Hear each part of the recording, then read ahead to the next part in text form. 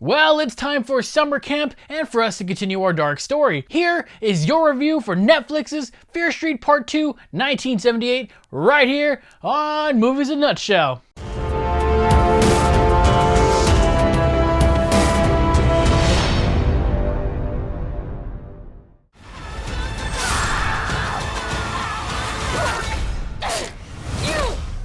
You swore. It's becoming a habit. I'll survive. I will survive. Hey, hey. Hello and welcome to Movies in a Nutshell, where we talk about movies in a quick way so you can get on with your day. I'm your amazing, spectacular host, Detective Artimus, and before we go on, you hit that thumbs up button because I know it, you know it, Mrs. Voorhees knows it. You really want to like this. Please, today our movie will be Fear Street Part 2, 1978. In this video, we'll be talking about spoilers, so if you haven't seen Fear Street 1978 yet, hit that watch later button on this video, go and watch on Netflix, and then come back in and talk to me about the movie. Go! Or if you don't care about spoilers, sit back and let's talk. Once again directed and co-written by Leigh Janiak, comes the story of sisterhood, being misunderstood, and some good old hack and slash. Teenagers.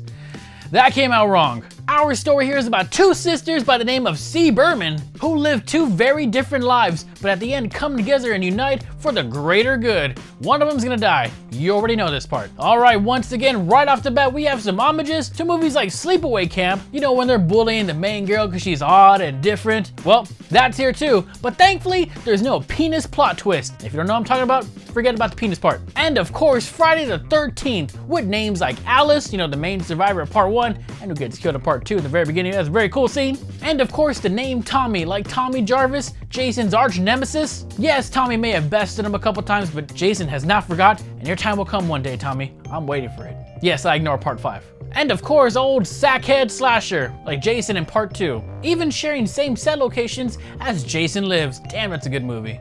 Fun, badass time. So basically, this movie is about how they found Sarah Fierce's hand. So let's give them a round of applause because I gotta hand it to them.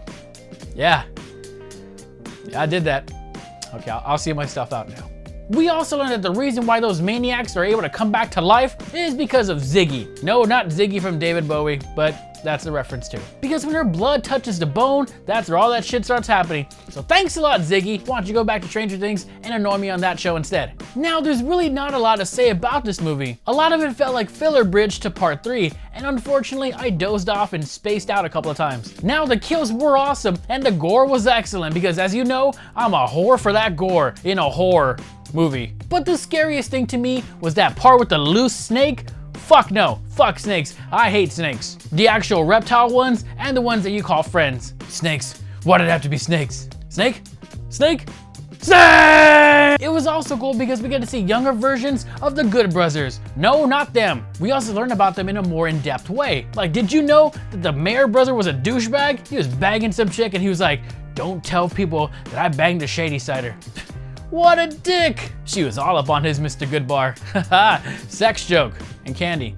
Sex and candy. And I'm sure this backstory of them will affect the main story somehow. The movie ends when the sisters get stabbed up by all the killers, but one of them gets resuscitated by future Sheriff Good. And the big twist was that in the 1994 timeline, they're actually talking to Ziggy and not the sister who looked like the sister that actually died. Nope, Ziggy dyed her hair and just happened to look like her sister, so that got me, I guess. Then they put Sarah's hand with their body, and then Dina wakes up in Sarah's timeline as Sarah. So we're gonna see in the next movie her life through Sarah's perspective, but with Dina's face. Now it's time to rate the movie, so let's bring out the ratings bar. We have awesome must watch, damn fine movie, good dumb fun, watch on your board, and avoid at all costs. Now I gotta say I didn't like this one as much as Part 1. I couldn't invest in the characters, so therefore I didn't care about the story. I don't know what it is. I know the acting was good, but something was just missing and I didn't really care. But the last 30 minutes, awesome. The kills and the set pieces were awesome, and it ended up being a pretty damn good slasher movie in its own. But unfortunately at times, it felt like a chore to sit through. But I am ready for Part 3. So I hereby declare Fear Street Part 2, 1978,